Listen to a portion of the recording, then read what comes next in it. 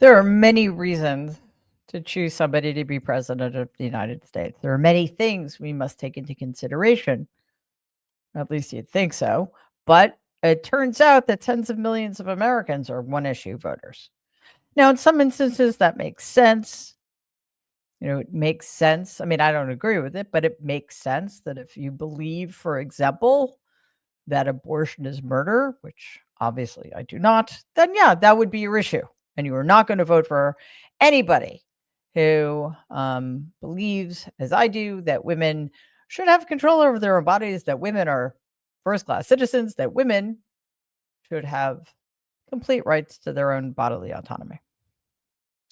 Turns out, though, that a lot of Americans are one issue voters on the economy.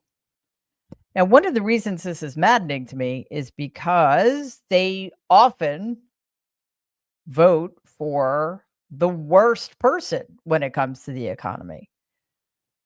They don't understand, probably in part because of the failures of the mainstream media to explain these things to us, why you cannot necessarily blame the person in office on the economy we currently have. Sometimes it takes years for the decisions of prior administrations to have an impact on today's economy. And then, of course, there are those times in which the person in power actively does things to destroy the economy in real time. So, in the first instance, we have Joe Biden still grappling with the fallout from the Trump administration's egregious and malicious mishandling of COVID and pushing us to the brink economically as well as other ways, and dealing with the supply chain issues and dealing with inflation and dealing with high prices. But the American electorate blamed President Biden for what truly could be laid at the feet of Donald Trump. And that's why they voted for Donald, because the economy wasn't just the most important thing. It seemingly was the only important thing. It didn't matter that Donald and the Republican Party did not believe in a woman's right to choose. It didn't matter that they believed that women are second-class citizens. It didn't matter the cruelty that was promised when it came to dealing with immigration and undocumented workers. It didn't matter that they were going to do absolutely nothing to combat climate change. In fact, they were going to do the opposite. Nothing else mattered enough. You know what else a lot of American voters don't take into account when voting for somebody? The fact that that person is going to be in control of our nuclear arsenal. The fact that that person is going to have a massive influence on global issues, whether we're directly involved in them or not. That person has the power, especially if unbound by his own party that is in control of everything, to bring us to the brink of war. So if we have the opportunity next time around, maybe we, the American electorate, should start thinking of things in those terms. Not just who's going to bring down inflation or who's going to bring down costs, because again, that is not really how it works anyway. But who is going to be the best person to keep us from going down a path that leads us to the brink of destruction? I don't know about you guys, but I would much rather have somebody in charge of the most powerful country on the planet who actually understands that there are consequences to his actions. I want somebody in charge who is not driven by his fragile ego and his complete lack of understanding of how the world works. Let's dive in.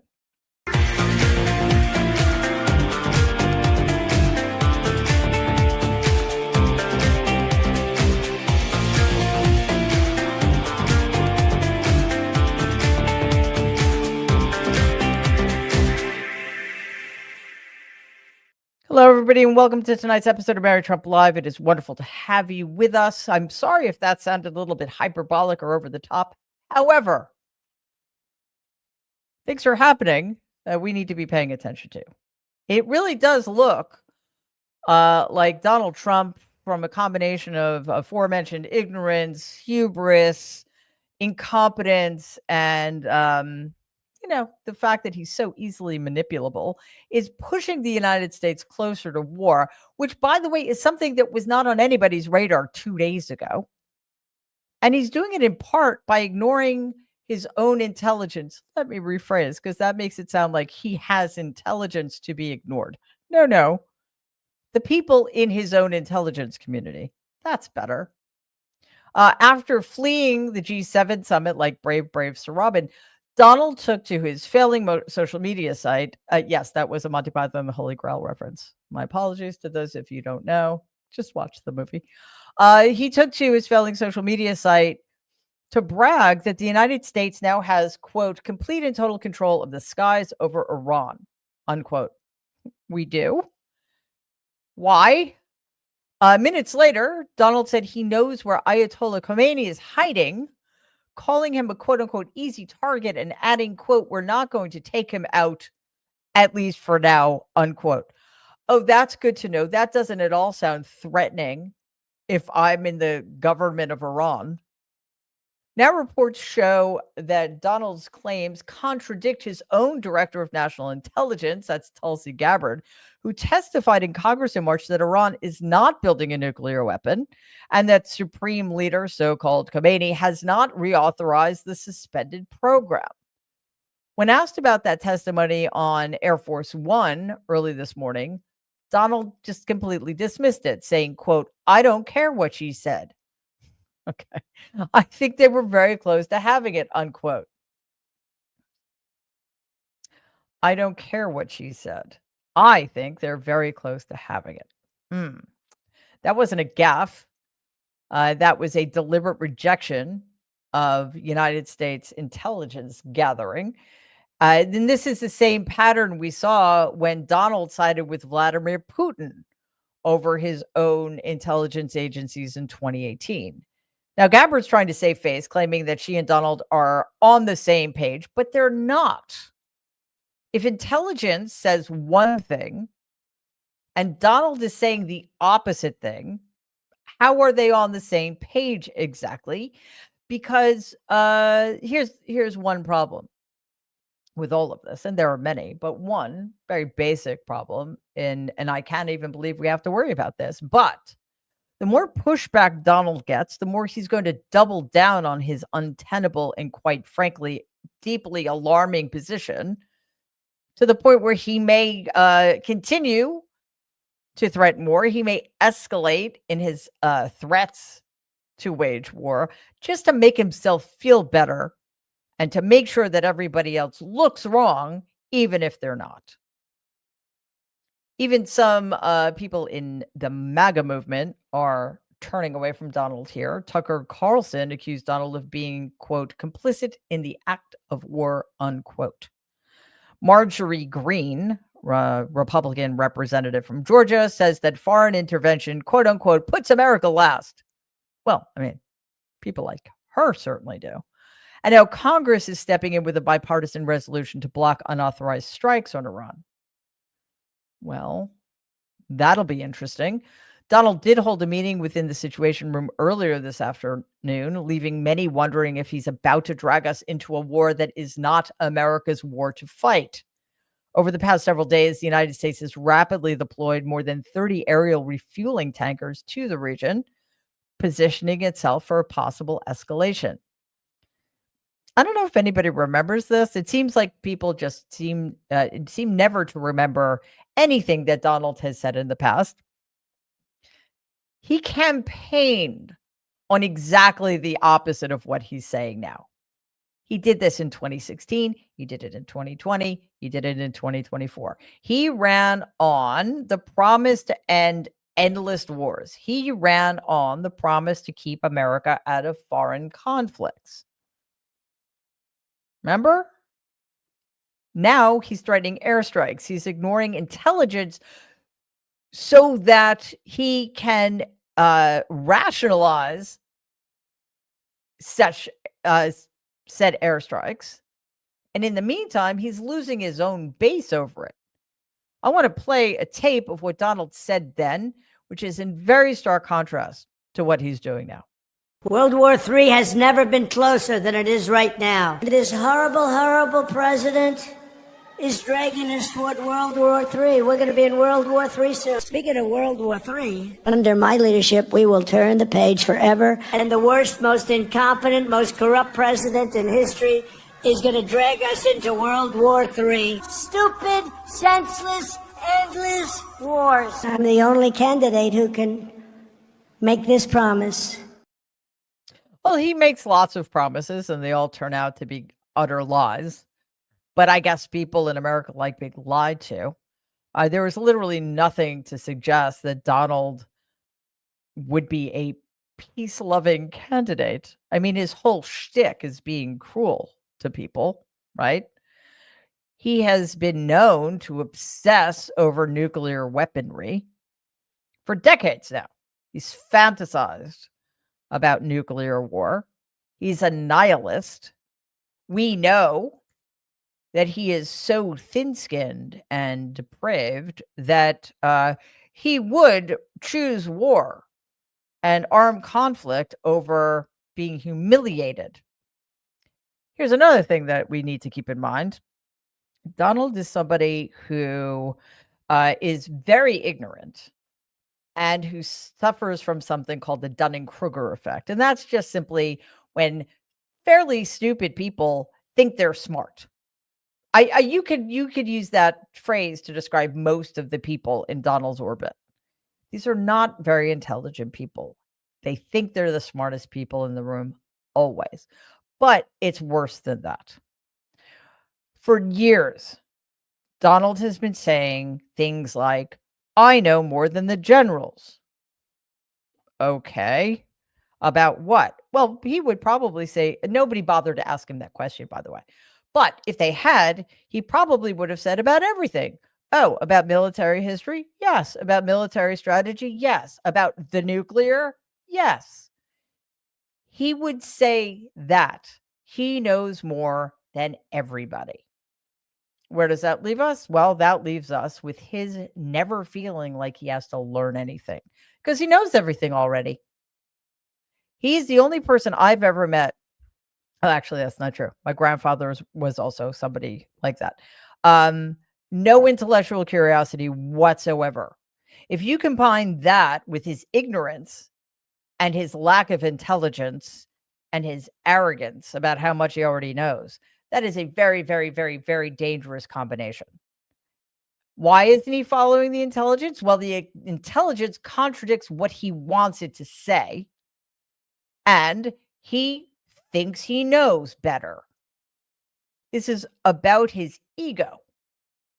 And if there's nobody to stop him, and who could at this point? Who would at this point?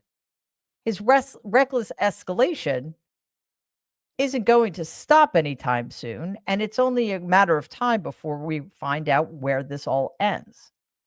It will not end well.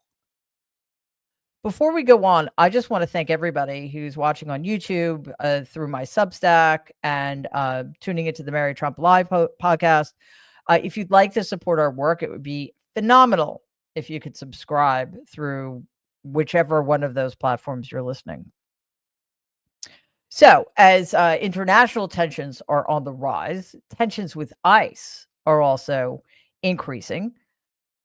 City comptroller and New York mayoral candidate Brad Lander was arrested by ICE agents this afternoon in a very chaotic scene outside a federal immigration court. I want you to take a look at this deeply unsettling scene. Keep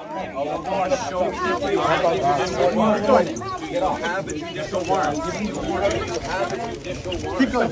Back up. Sorry, back up. I'm gonna make this difficult. Sorry. Back up. Just back up. Let's not cause any problems. Show me the judicial warrant. Where is it?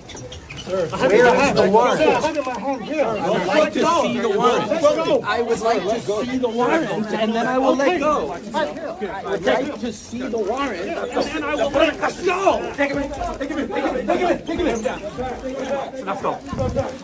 You don't have the authority to arrest U.S. citizens, sir. You don't have the authority to arrest U.S. citizens. You don't have the, I'm not obstructing, I'm standing right here in the hallway. I asked to see the judicial warrant. By asking for a judicial warrant?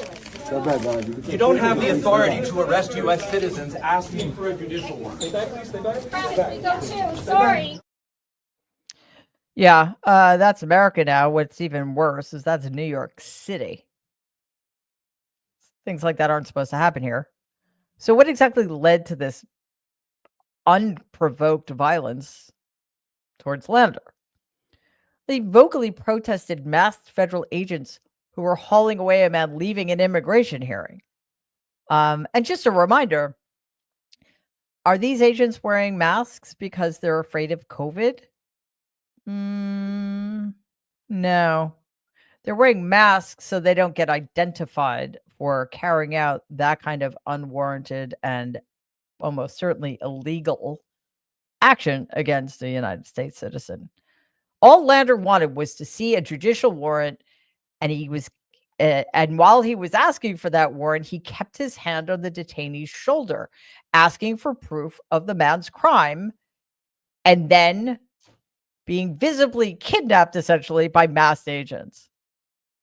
In recent weeks, ICE agents have been detaining people who show up for routine court hearings, and Lander has been visiting these hearings. Today was his third day in attendance. He was released a few hours ago without charges, although the U.S. Attorney's Office said prosecutors are still investigating the incident, including the claim that DHS submitted of Lander assaulting law enforcement. Review of the footage shows that no such thing happened, and no honest person would suggest otherwise. First of all, again, ICE agents don't have the authority to arrest United States citizens. If they don't have an arrest warrant, they should not be doing any of the things they're doing. Why is it legal for agents of any kind to hide their identities? I thought these guys would be so proud of the work they're doing on behalf of the fascist Trump regime. But apparently not. You see, they just don't want the hassle of being outed because they know what they're doing is wrong. But also a lot of them are afraid because if their identities were found out, because they are essentially the brown shirts in this fascist regime, people might threaten them. People might go after their families. That would be wrong. That would be absolutely wrong and un-American. Wouldn't it be awesome if they cared about that when it came to the people they target? Yeah, it would. But this is the way it is now. And people keeping detained simply for asking questions, just like Senator Padilla last week. Of course, this was not the only awful ICE arrest this week. Because sitting senators and mayoral candidates aren't enough, ICE has begun to detain allies that aided army forces in the Afghanistan war. Take a look at this. I work with the U.S. military back in my home country. I have all the documents. Veterans of the Afghan war are outraged over video shot and shared with NBC from inside federal immigration court in San Diego Thursday. An Afghan national, whose lawyer asked NBC7 not to use his name, calmly tells ICE agents he aided the U.S. military in Afghanistan as he's detained after showing up for his hearing. I was interpreter. I work with the U.S. military. And he believes that if he returns, he'll be detained, probably tortured, and possibly even killed. His attorney, Brian McGoldrick, tells NBC7 his client has ample documentation verifying he worked with the military, providing vehicles and serving as a translator, but that he wasn't able to make it out during the U.S. withdrawal. McGoldrick says the man feared for his life under Taliban rule. Well, while he was in Afghanistan, he was threatened repeatedly. So he came to the U.S. southern border, where he used the Biden administration's CBP-1 app to ask for asylum at the San Ysidro port of entry less than 2 years ago. His attorney says he was granted parole and working to secure a special immigrant visa. I think it just makes everyone afraid.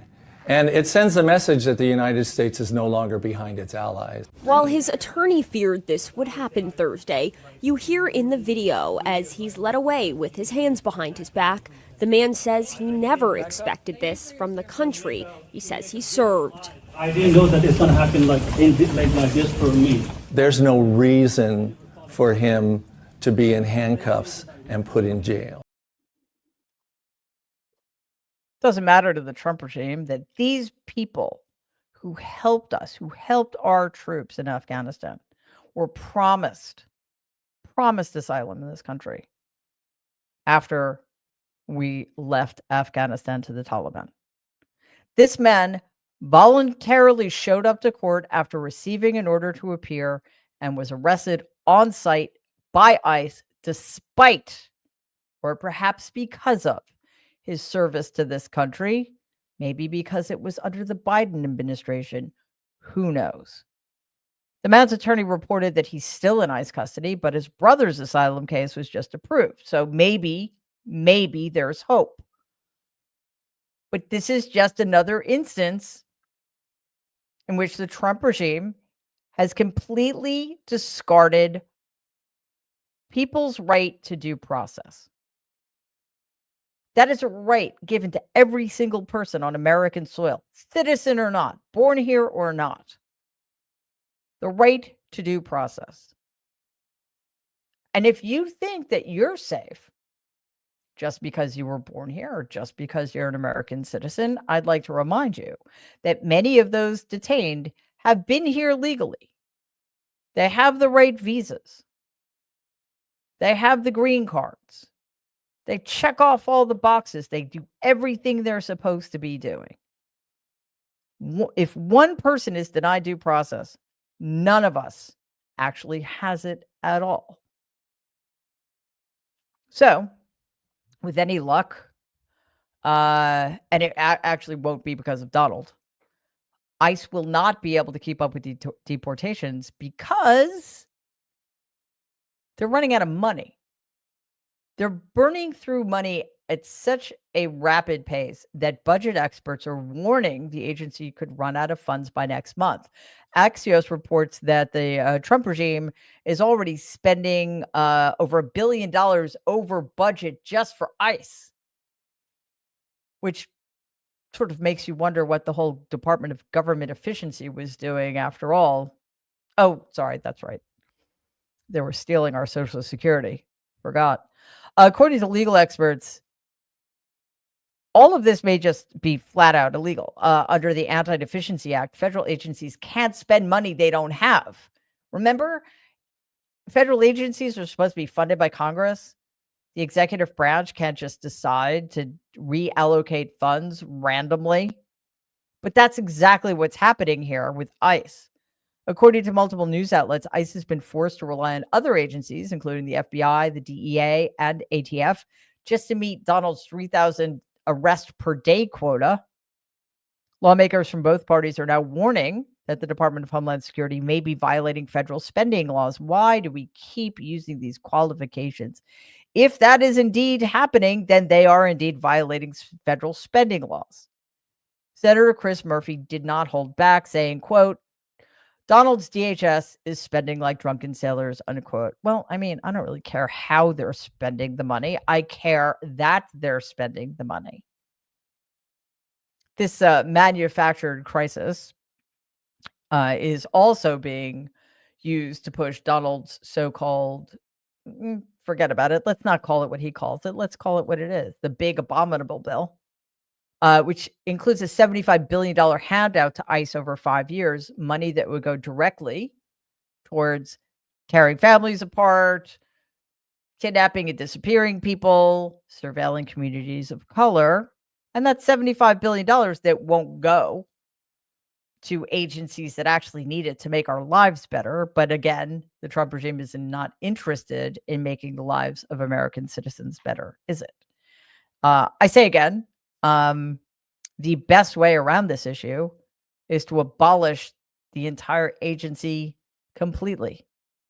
When it comes to ICE, there's another major opportunity to speak out against them coming up after the No Kings protest on Saturday, which culminated in one of the biggest protests in American history. A date has been set for the next round of mass protests against Donald and the Trump regime. That is July 17th. So please put that on your calendars.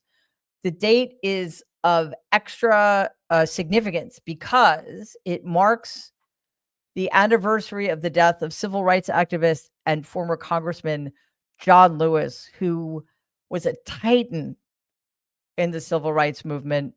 And it would be a fitting way to honor a man who had showed such enormous courage in the fight to make sure that all Americans were treated with respect and afforded the same rights.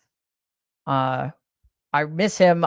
We need men like John Lewis in these times. And unfortunately, he is not here to help us out of this. So the very least we could do is make sure we show up to honor him, yes, but also honor the fight he so courageously engaged in for his entire life. All right. For today's emotional support moment, I want to take a second and breathe. Let's everybody breathe.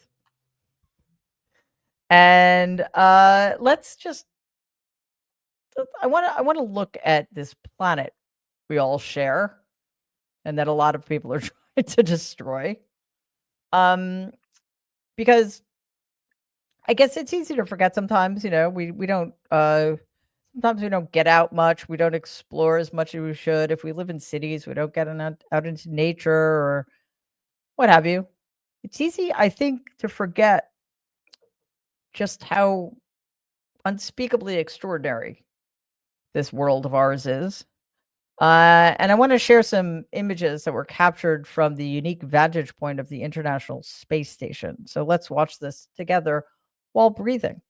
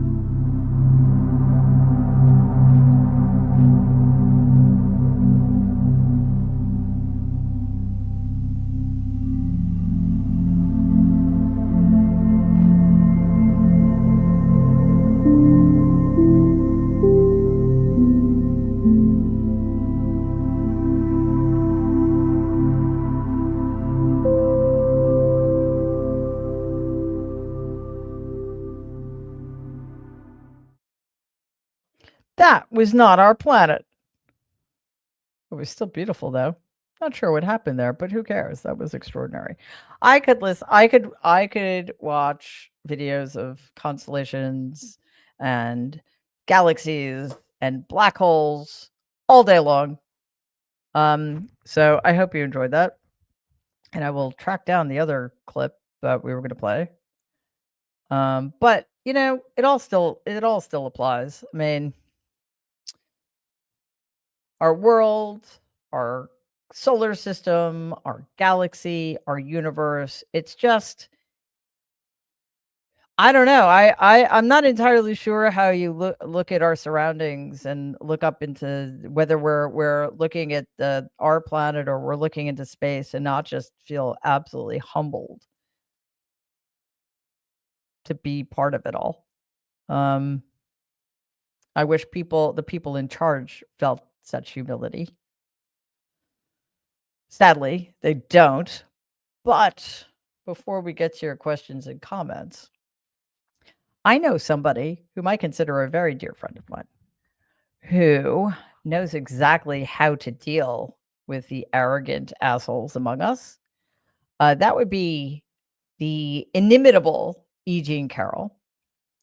And I wanted to mention E. Jean for two reasons. First of all, as you may know, she won 2 court cases, 2 civil cases against Donald Trump. She has the winningest record against Donald. E. Jean and her extraordinary attorney, somebody I also consider a friend of mine, Robbie Kaplan, took Donald to court twice and beat him twice for defamation and for sexual assault. These were civil cases. So in the end, 2 juries of Donald's peers found him liable for both defamation and, colloquially speaking, according to Judge Kaplan, who oversaw both cases, rape.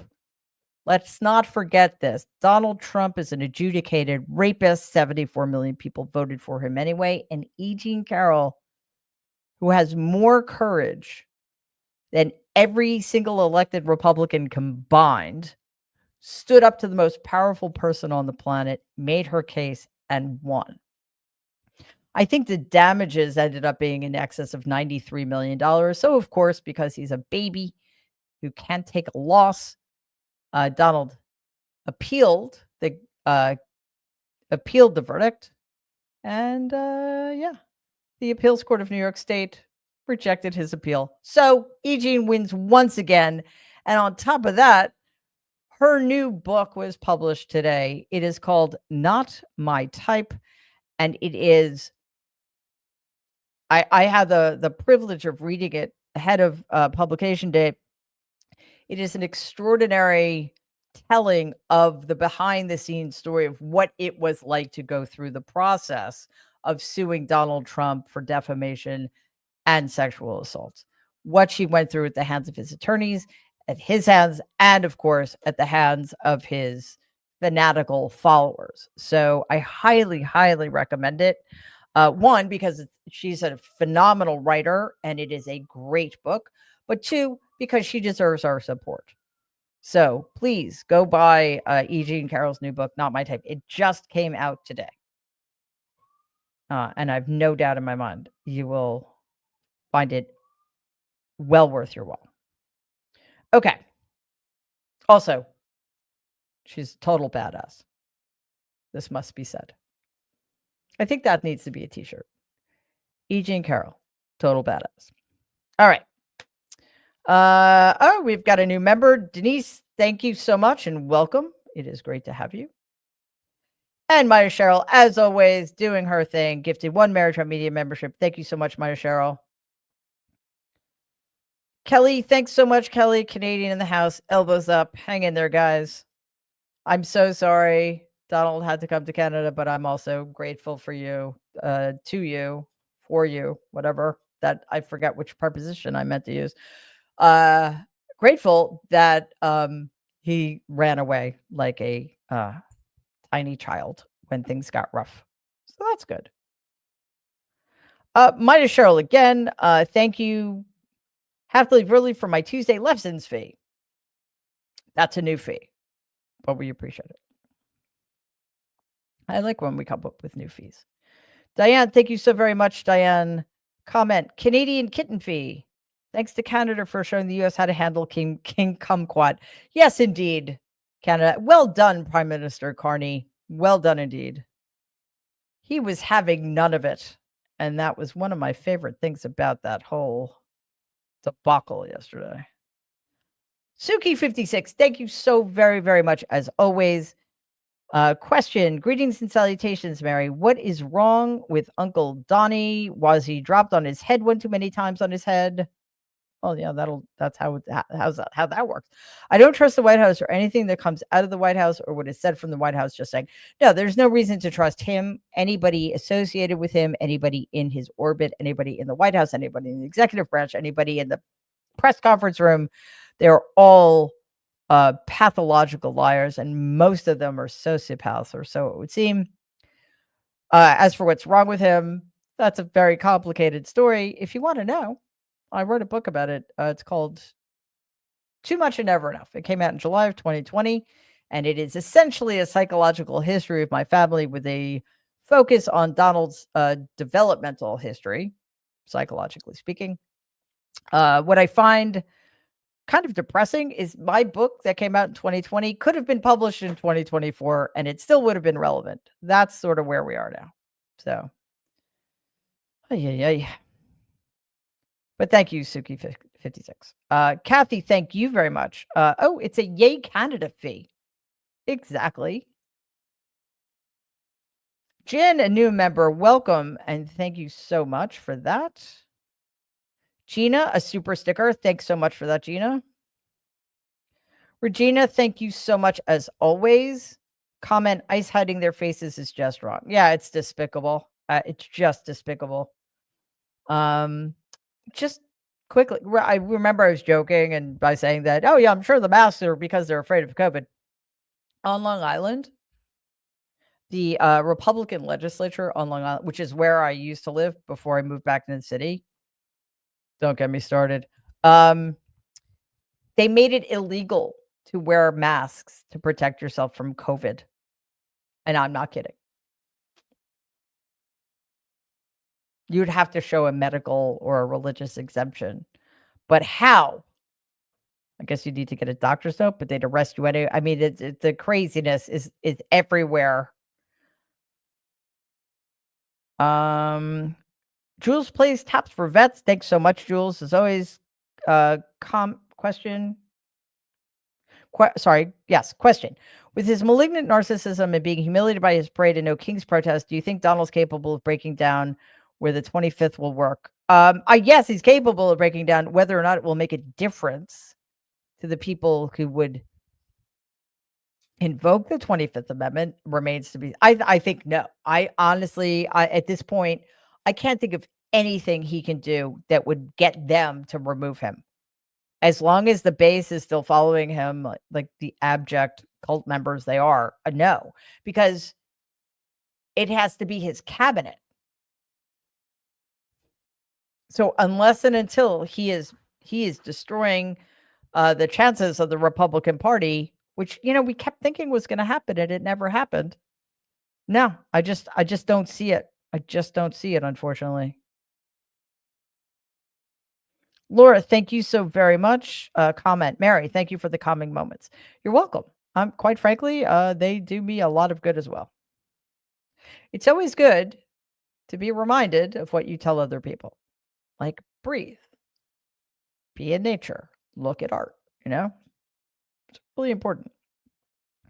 Lynn, thank you so very much, Lynn. Comment. Mary, thank you for grounding us in beauty while we fight for justice and humanity in perilous times.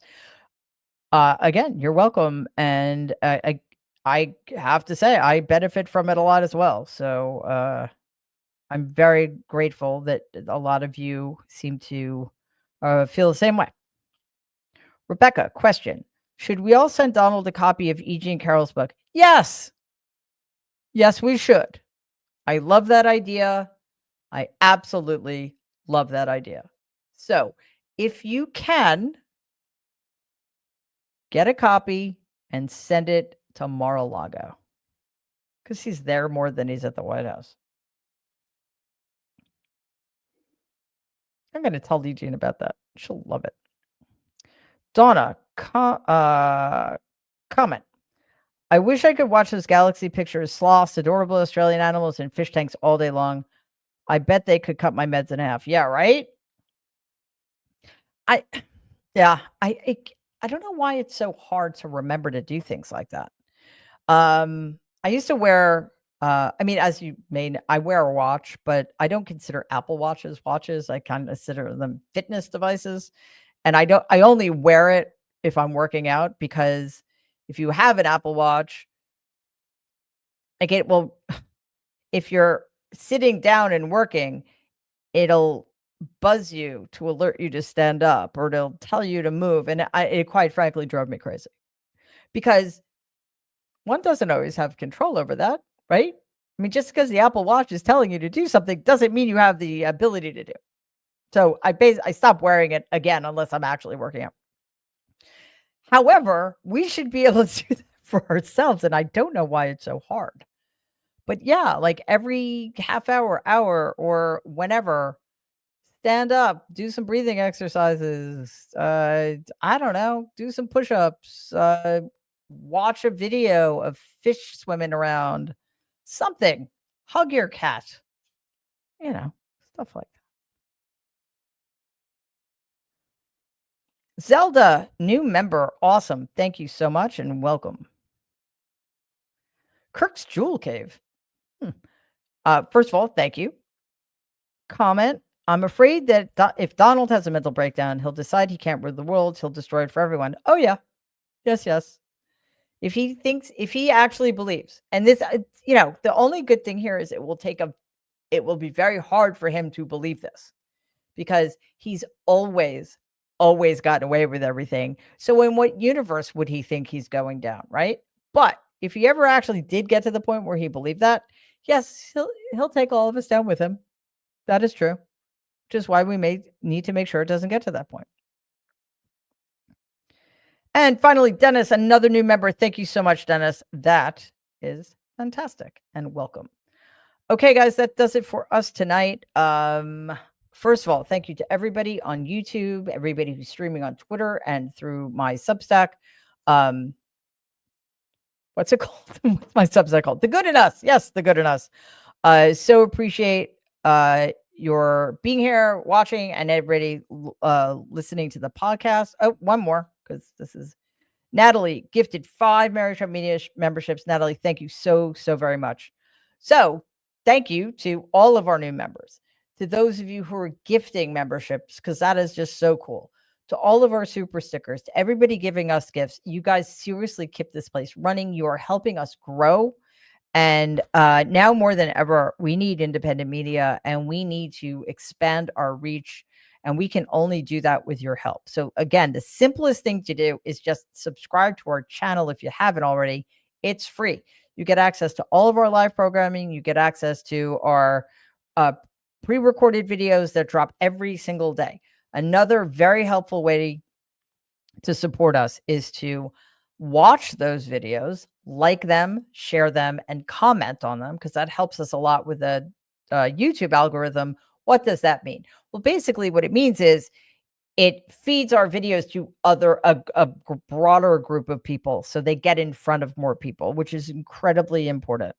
So it just adds more people who have access to us and become subscribers, et cetera, et cetera. Another thing, as you may know, we now have paid YouTube memberships. There are different tiers.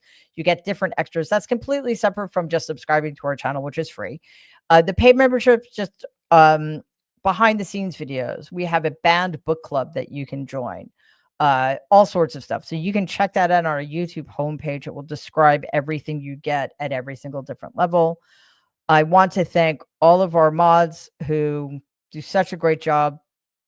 Voluntarily, by the way, for those of you who don't know, we so appreciate that. And to my amazing team, I say this a lot, and it's worth repeating, so I'm going to keep saying it, but I think it's very difficult to understand just how overwhelming the news cycles are, and they're not letting up. And I mean, this weekend in particular, followed by yesterday and today, have been it's weird to say this because it doesn't seem possible, but have been even more intense and even more difficult to kind of wrap our heads around. And despite that, my team continues to do the most extraordinary job of sifting through it all, staying sane, keeping their senses of humor, and just getting the work done. So thanks, guys, as always. And I hope everybody in the comments thanks you as well, because this wouldn't be possible otherwise. Okay, so it's Tuesday. I'm actually keeping track of the days this week. I don't know why. I will be back tomorrow night for Mary Trump Live. That's Monday through Friday, every weeknight at 6 p.m. Eastern. Again, we've got videos dropping every single day. And please, please, please check those out. But I will see you tomorrow night. In the meantime, everybody, please stay safe and be kind. Bye.